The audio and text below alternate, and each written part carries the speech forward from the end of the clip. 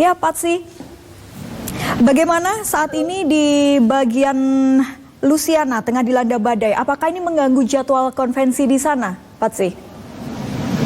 Ya, jadi badai Laura itu menghantam negara bagian Louisiana Kamis dini hari dan juga mempengaruhi negara bagian sekitarnya termasuk Texas dan Arkansas. Di Washington DC sendiri tidak terlalu terpengaruh, tapi mungkin nanti malam hujan. Kalau misalnya memang hujan, maka akan mengganggu pidato Presiden Trump yang dijadwalkan beberapa jam lagi di halaman depan Gedung Putih di belakang saya ini. Di situ akan disaksikan barangkali sekitar 1.000 orang. Ini juga sudah dikritik ya Presiden Trump kenapa mengumpulkan massa di tengah pandemi. Tapi secara keseluruhan tidak mengubah jadwal. Presiden Trump sendiri sudah menyatakan bahwa ia akan menyempatkan diri untuk mengunjungi negara bagian Louisiana akhir pekan ini. Ya, pasti beberapa jam lagi Presiden Donald Trump akan melakukan pidato untuk menutup konvensi Partai Republik dan secara resmi akan menerima nominasi partainya di Pilpres mendatang. Apakah ada bocoran kira-kira apa yang akan disampaikan oleh Presiden Trump pada pidato tersebut, Patsy?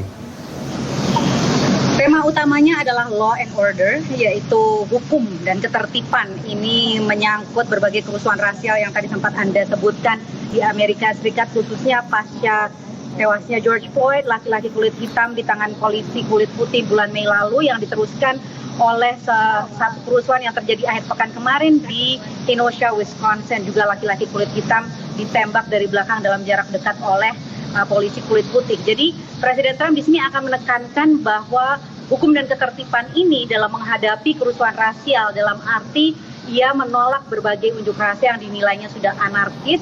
Sementara kubu Partai Demokrat menyatakan bahwa mereka memihak para demonstran ini yang menuntut keadilan rasial dan juga menyatakan bahwa rasialisme yang sistemik di Amerika Serikat itu harus dihapuskan.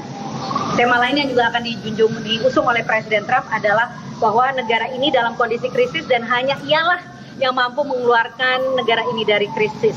Nah, ini adalah pesan yang sama dari tahun 2016 saat ia kampanye pertama kali dulu, pada saat Amerika Serikat belum krisis, tapi sekarang Amerika Serikat sudah krisis pandemi dan juga krisis resesi ekonomi. Jadi ini akan menjadi satu statement atau janji politik yang luar biasa, janji kampanye luar biasa dari Presiden Trump.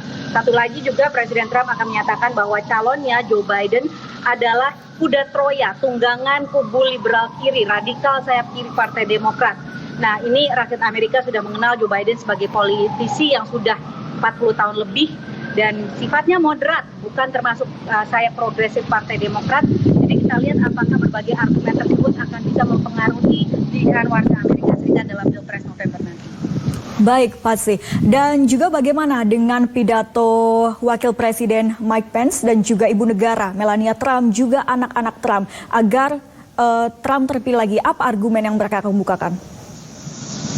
Tadi Anda sudah cukup banyak membahas mengenai pidato Wakil Presiden Mike Pence, jadi saya tidak akan membahas lagi isinya, tapi saya akan menceritakan mengenai bagaimana suasananya. Karena semalam saya berada di situ, di Fort McHenry, Baltimore. Ini adalah satu monumen nasional yang sangat bersejarah. Ini tempat dulu prajurit Amerika Serikat melawan penjajah Inggris di awal abad 19, dan juga tempat kelahiran bendera Amerika Serikat. Jadi tempat yang sangat bersejarah, sangat nasionalis dan sangat patriotik, dan itulah yang berusaha digarisbawahi oleh Mike Pence dengan mengatakan bahwa saya berdiri di tempat ini mengusung janji kampanye Presiden Trump yang nasionalis dan patriotis. Kalau Melania Trump sendiri memberikan semacam sisi yang lebih manusiawi, yang lebih soft sebagai ibu negara, dan ia sepertinya merupakan satu-satunya pembicara dalam rangkaian pembicara konvensi ini yang memberikan simpatinya kepada para warga yang terkena COVID-19, khususnya mereka yang meninggal dunia. Sudah ada lebih dari 180.000 nyawa yang hilang akibat COVID-19, dan Melania Trump lah satu-satunya pembicara yang memberikan porsi cukup signifikan dalam hal itu. Sementara kalau anak-anak Presiden Trump semuanya berbicara ya, mulai dari Donald Trump Jr., Eric Trump, kemudian Tiffany Trump juga berbicara. Nanti malam Ivanka Trump akan berbicara memperkenalkan ayahnya.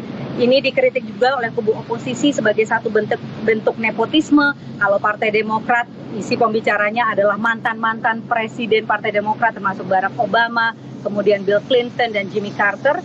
Di Partai Republik, Presiden George Bush tidak ikut berbicara, tidak ikut ambil bagian, melainkan melainkan justru yang banyak ambil bagian adalah keluarga Trump sendiri dan juga orang-orang para pejabat Gedung Putih yang bekerja untuk Presiden Trump. Baik, Paksi Widakuswara, terima kasih telah bergabung bersama kami di Klik Indonesia Pagi.